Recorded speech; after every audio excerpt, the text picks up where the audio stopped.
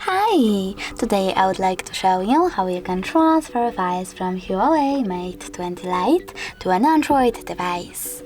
First of all, open Play Store on both of them, tap on the search bars and type in Send Anywhere. Then download this free app from this developer and open it. From here you need to choose I accept, then confirm, continue and allow.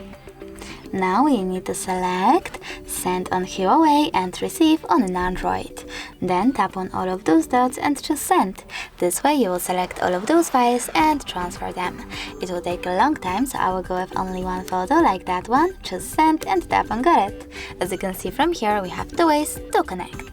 We can input this key here and tap on Receive or scan QR code. If you wish to scan it, tap on the scanning icon on an Android, choose while using the app or only this time, and point your device's camera at the code.